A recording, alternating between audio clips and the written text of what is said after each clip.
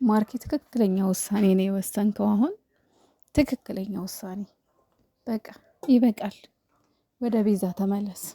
የምር ከቤዛ ጋር ፏፈሽ ብላችሁ ይቅርታ ተጠያይቃችሁ ብትመጡ ምኞቴ ነው። አንድ ቀን ደግሞ ይሆናል። የተለያያላችሁ ብዬ አላስብም። ለመሰላችሁ አንዳንድ ጊዜ ሚዲያ ላይ የሆነ ነገር ሲሰራ የሚሰራው ምድር ላይ ያለውን ነገር ለማንጸባረቅ ነው። ማርኬና ቤዚ ይለያያሉ ብለን ባናስብም ግን ደግሞ እንደዚህ አይነት ነገር በምድር ላይ አለ ብሎ ለማሳየት ነው እነሱ ይሄን ድራማ የሚሰሩት እንኳን ማለት ነው። እና ማርኬና ቤዚዬ እንደማይለያዩ አውቃለሁ። አይለያዩም የሚል ትልቅ ተስፋ አለ። ምክንያቱም እኔ እንጃ እኔ ማርኬን በዚህ አይደለም የማውቀው። እንደዚህ አይነት ሰውም አይደለም ማርኬ።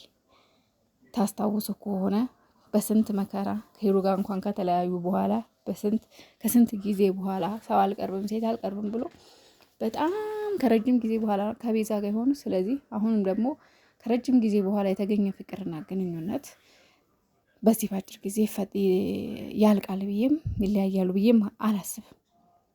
ትላንትና እንግዲህ ልጅቷን ጠርቶ ከዚህ በኋላ እኔና አንቺ መቀጠል የለብንም አውቃለሁ፣ ነይ ባልሽኝ ጊዜ ነይ ባልኩሽ ጊዜ መተሻል፣ ከጎኔ ሆነሻል፣ ብዙ ነገር አግዘሽኛል፣ አብረሽኝ ሆነሻል፣ ብቸኛ እንዳልሆን ብዙ ነገር አድርገሽልኛል።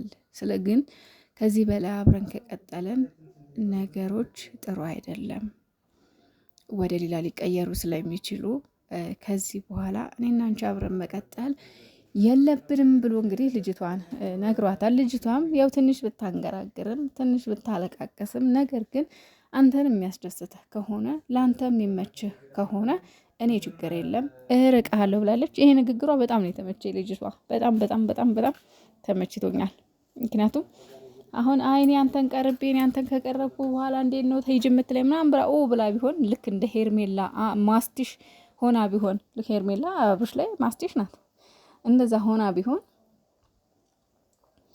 መጀመሪያም የሰው ፍቅረኛ ጋር የሰው ባል ጋር እነሱ ሲጣሉ በመሀል መግባት ዋጋ ያስከፍላልን ነበር። ግን ደግሞ አይ አንተን የሚያስደስትህ ከሆነ ችግር የለም እኔ እውጣለሁ ስትል ደስ አላቸው ልጅቷ። ይመችሽ፣ እንደዛ ነው መሆን ያለበት። እሺ እነሱ አይለያዩም ሲጀመር። አሁን አንቺ ከመሀላቸው ከወጣሽ ታርቃሉ ብዬ ተስፋ አደርጋለሁ። ስለዚህ የማርኬ ትክክለኛ ውሳኔ ወስናል። ትክክል፣ እንደዛ ነው መሆን ያለበት። ይቺ ልጅ ከህይወታችሁ መውጣት አለባት። እውነታው ይሄ ነው። አንተም የውሸት ነበር የቀረብካት፣ ደስታህም የውሸት ነው። እውነተኛ ደስታና ትክክለኛ ደስታ ያለው ከቤዛ ጋር ስለሆነ ከዚህ በኋላ ከቤዛ ጋር እንድትመጡ እንፈልጋለን። በህግ አምላክ ፍትህ ለኛ